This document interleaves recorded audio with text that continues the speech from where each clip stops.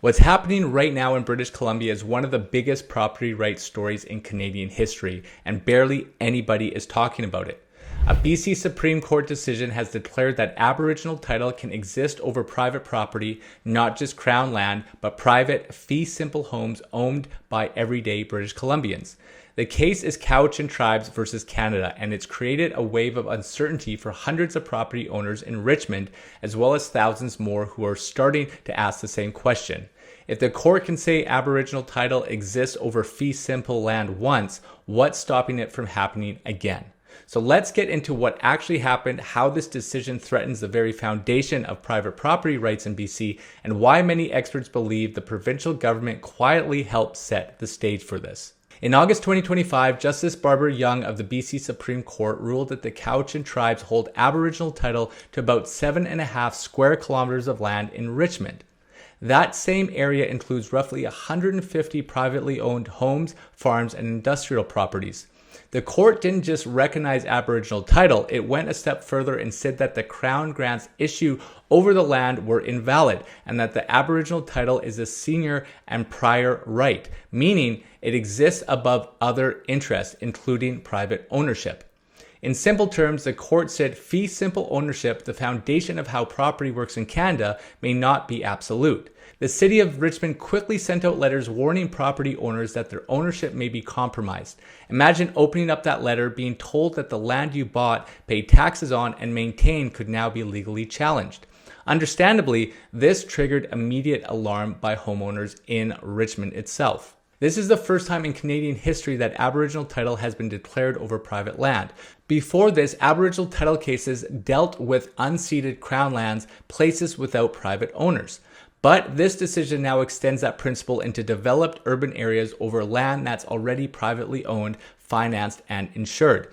The court framed it this way: we shouldn't ask what's left of Aboriginal title after fee simple has been granted. We should ask what's left of fee simple after Aboriginal title is recognized. That's a major shift in how property law works in this province. To understand how we got to this point, you have to look at both history and policy. The Aboriginal lands was once a Cowichan winter village and fishing ground. The Crown later issued fee simple grants over that same area between the late 1800s and early 1900s without establishing a reserve or negotiating a treaty. That historical context became the foundation of this case. But while this was presented as a legal correction of past injustices, it had real-world consequences that go far beyond reconciliation.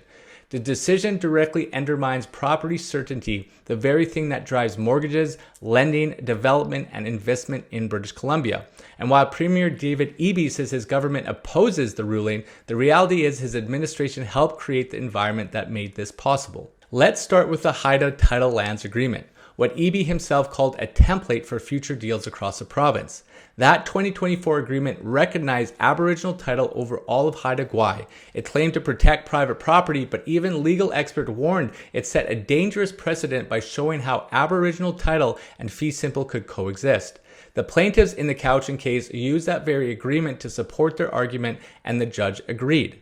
In other words, the Haida Agreement wasn't just background context, it was cited in court to justify declaring Aboriginal title over private land in Richmond.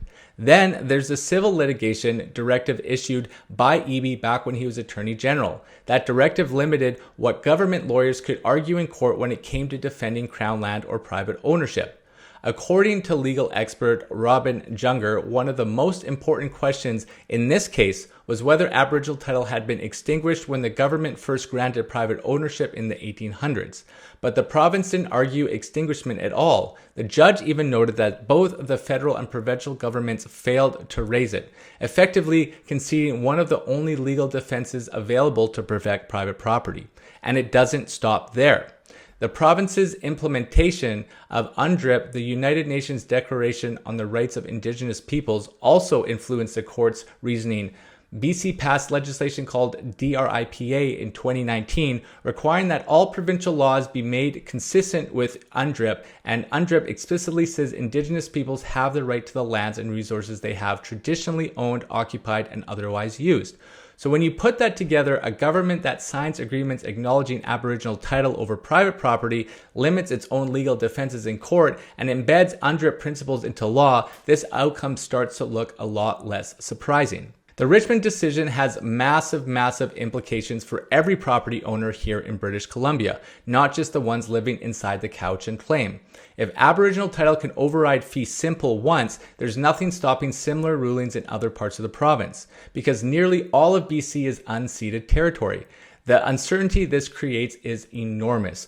Mortgages depend on clear title. Without it, refinancing becomes difficult, and banks may start pricing in risk or refusing loans altogether.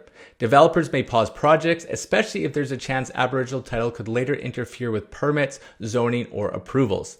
Insurance companies may not cover losses related to title disputes, and if property values decline, owners have no clear recourse. Richmond Mayor Malcolm Brodie asked the question everyone's thinking: how do you even secure a mortgage when your title might be invalid? That's not just a local issue, that's a systemic threat to BC's real estate market as a whole. Constitutional law professor Dwight Newman warned that this ruling could set a precedent where any privately owned land in British Columbia could be subject to Aboriginal title claims. Legal scholar Bruce Pardy went further, calling it an existential threat to property rights and the rule of law in this province. He argues that Premier Eby's government has not only failed to defend private ownership, but has actively advanced policies that transfer land control to Indigenous governments without public consultation or legislative transparency. And he's not wrong. In the last 2 years, the province has signed multiple agreements giving First Nations effective control and veto powers over land and resource decisions, from mining to forestry to docks and even park access. There was the proposed Land Act amendment that would have given First Nations veto rights over Crown land decisions, which was later withdrawn after public backlash. The dock management plan on the Sunshine Coast, where the Salish Nation imposed new restrictions on long-standing private docks without consultation, and the mining veto in the Tetson-Baini area as well. These policies are consistent with one pattern: the quiet transfer of decision-making power over land from the province to Indigenous governments, often without debate and often justified under reconciliation. Even after the Cowichan decision, the province didn't pause to reconsider. Instead, it doubled down. Alongside the federal government and the Haida Nation, the province went back to the BC Supreme Court to formally entrench Aboriginal title over all of Haida Gwaii, this time by consent. The result? Aboriginal title is now constitutionally recognized over the entire archipelago, including private property under Section 35 of the Constitution. And because it was done through the courts on consent, future governments can't change it. It's effectively irreversible. No referendum, no public consultation, just another quiet signing away of provincial jurisdiction. What's happening isn't isolated. It's part of a broader movement using the courts, international frameworks like UNDRIP, and policy directives to redefine land ownership in British Columbia without public consent. This is not about reconciliation anymore. It's about control over land development and resources. And it's happening under a government that claims to be defending property rights while actively advancing agreements that erode them. Premier Eby says he wants the courts to consider the impact on certainty for business and prosperity, but you can't say that with a straight face when your own policies created the uncertainty in the first place. This ruling has opened the door for more claims, more litigation, and more instability, and the government appears to be fine with all of that. In the precedent from Cowichan stands, it changes everything. It means your title, the piece of paper you rely on to prove ownership, may not be absolute. It could be overridden by a prior claim. It means banks, developers, and homeowners will all be forced to consider political and legal risk in every transaction. And it means the principle of fee simple, the backbone of Canada's property system, is no longer guaranteed in British Columbia. This isn't alarmism. This is what happens when governments stop defending their citizens' property rights in court and when ideology replaces the rule of law. At its core, this is about the confidence to own, build, invest, and plan your future. That confidence depends on a government that protects your property, not one that undermines it. The Cowichan decisions has shown us what happens when the protection disappears. British Columbians are now seeing in real time what happens when a government quietly shifts power over land to unelected bodies and courts step in to fill the void. This isn't reconciliation, it's the erosion of property rights, and it's happening faster than most people realize. For property owners, this is a wake-up call. For investors, it's a warning. And for government, it's a test. Either defend the foundation of private ownership in this province or risk watching the system that built British Columbia start to unravel.